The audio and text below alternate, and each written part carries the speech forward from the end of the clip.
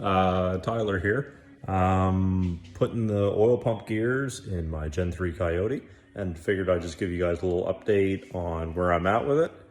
As you can see, so to get to this process, essentially I had to remove the full wiring harness, both valve covers, intake manifold. You do have to unbolt the fuel pump from here, get that out of the way, undo it from the line back here. Both valve covers come off. I took the water pump out, all the pulleys off. I have to clean the engine anyway, so it'll work out pretty good in that regard. I gotta press this off. I don't think that just falls off, and I don't wanna break it. So after this is off, essentially this whole front piece comes off, and then you'll be able to see the timing chains, which is pretty neat. Like I was saying in my first video, this engine only has 25,000 kilometers on it in the junkyard in a wrecked F-150, and it looks like it. It is absolutely clean as could be, other than the oxidization obviously on the outside. So, but it is extremely clean on the inside, which is what I like to see.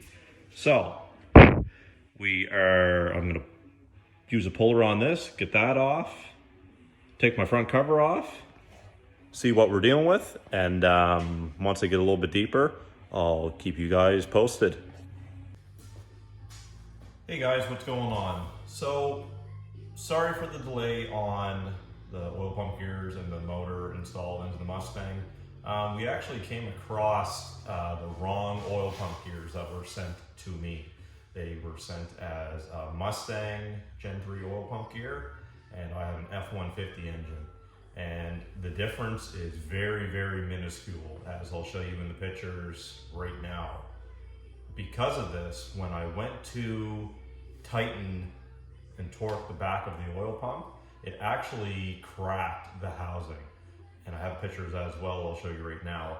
And that kind of put us at a standstill because the boundary gears for the F-150 engine were actually back ordered. So anyways, I got a hold of DeSilva Racing in Ontario. They were fabulous about it.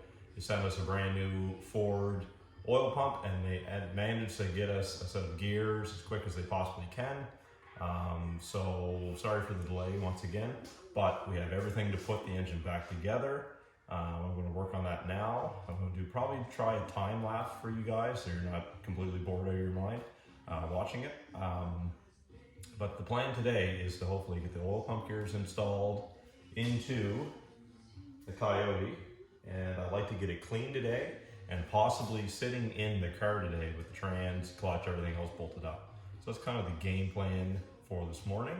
I'll show you how the oil pump gears get installed into oil pump in the Coyotes, and we'll go from there. Okay guys, so this gives you a rough idea how an oil pump works in these engines. You have your 8 set screws, you kind of unbolt, and there is your oil pump gears there. There's your center one and your outer ring here. So, these ones from the factory are very, very brittle. Apparently you can drop them and they'll actually split in two. So in high rev applications, they crack and break. That's why we're going to billet ones. So I already checked the new ones and they're the same thickness as this. But essentially when I tightened this all up, torqued it, that little bit of a difference broke the housing. Cracked it right along here. So that's no bueno, no good. So what we're gonna do now is we are going to take our new Ford Racing oil pump. We are going to install new gears and hopefully get this thing cleaned up and sitting inside the car, which would be really, really nice. So, same thing, oil pump gears in there. So we'll take all these bolts out.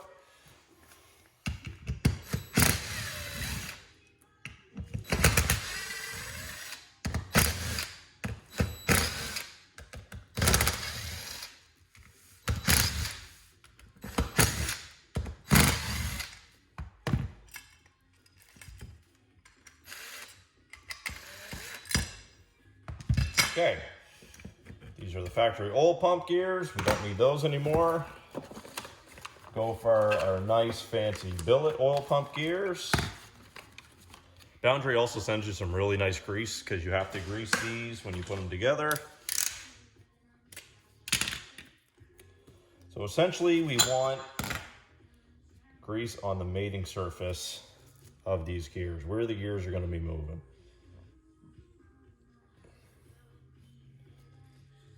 And don't be cheap with it. So that will sit down there like so.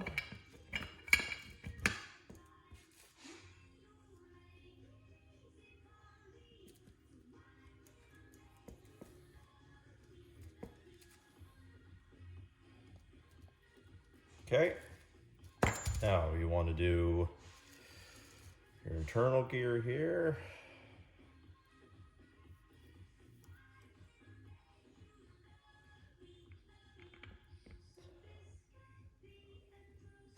You want to make sure it sits flat in there. Now we will turn this to where the crank position is when we go to put it back together. So you want to make sure it's moving freely in there, no binds, nothing like that, which is what we want. Now, this requires, when you're putting it back together,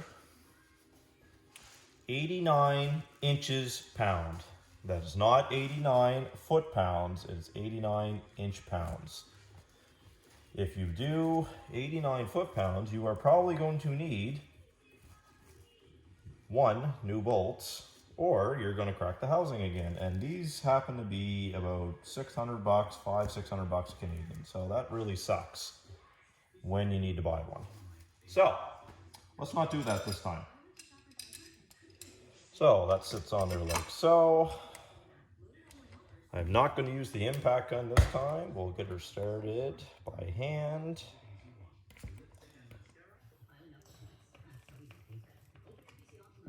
Feeling a lot better about this one this time?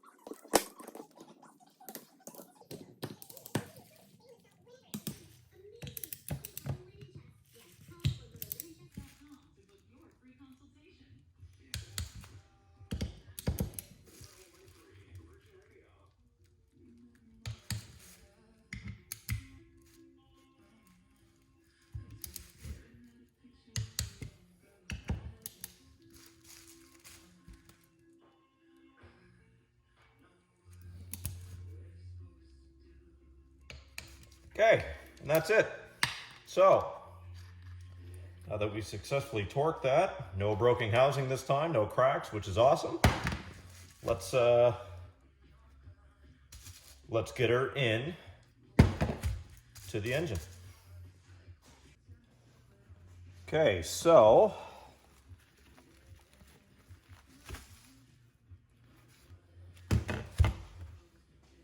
I have these bolts just sitting in here where I had the oil pump out for a period of time. It's good to remember which spot these go into. Now you'll notice there is a groove on this crank. The groove on that crank needs to line up with your grooves inside of your oil pump. So you might have to manipulate it a little bit to get it to line up, which is no big deal. Just like that.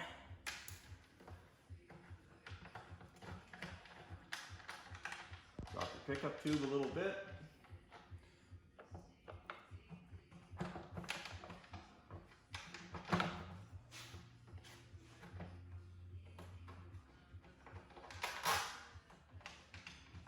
pick up on the oil pan that's sitting, so take that down.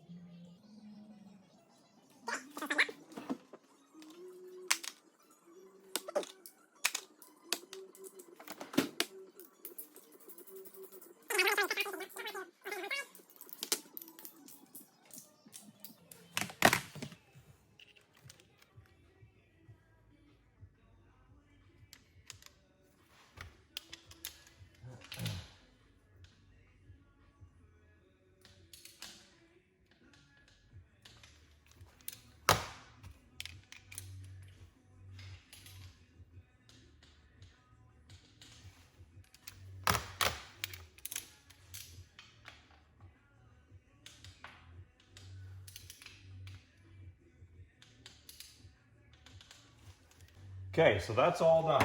So now what you want to do next is your billet oil pump gear. This is your time and chain gear, I should say. I opt to get this because where this is going to be a blower car, I wanted it to be able to handle the revs and the torque of the blower. So this is a good upgrade. It's a cheap upgrade, well worth it. There is a notch in this that lines up with your crank notch, so you can only go on one way. Slide on just like that. So now the fun part comes. Now it's time to put your chains on, put your guides back on, and get that squared up. So I will do a time lapse of this as well. And I'll get back to you with what I did and how I did it. Okay, so engine is back together. I didn't record putting the actual time and chains on because I had to do a lot of reading and figuring how to do it. I've never actually done it before, but it's pretty straightforward. If you go off Ford's manual for time and chain, it's pretty simple. You line up your crank sprocket to 330, and there's a color coded on the time and chain. The time and chain link is colored. You put that on the dot. There's a dot up on your cam. Turn that till L is this way. You put the mark there, put your guides on, good. You do a rotation till your crank is at 730. It's up here actually. You move it so it's at 730. Your R mark on this cam is going to be upwards. You do your color code on that, and down here, put your guides on. Bob's your uncle. It was pretty good. Put the pulley back on, put the front cover on, and one huge mistake that I made when I was cleaning it, I was getting it all detailed, so hopefully I could paint it, stuff like that. I noticed that in here, the gasket for the timing cover actually popped out, and I didn't notice until just recently. So all of this got to come back apart. Got to pull that pulley off, pull this apart, fix that. Hopefully I can get a gasket tomorrow and get this back together. But in the meantime, I'm going to hopefully fix that tomorrow. Get the engine back together, new gasket in it, painted, cleaned. And next time you will see this engine, I promise you, it is going to be sitting in that car. That was what's supposed to happen today until the gasket broke. So I'm working hard at it. I promise the next video, motor is going to be in the car with the transmission, clutch, everything else. I'll show you that, guys, as well. I also have another project I picked up a week ago that I'm going to be showing you guys as well. It's kind of off topic with the Mustang, stuff like that. It's a different hobby that I'm starting to get into. I'll have a little bit more on that here shortly. So enjoy your day, and I'll talk to you soon.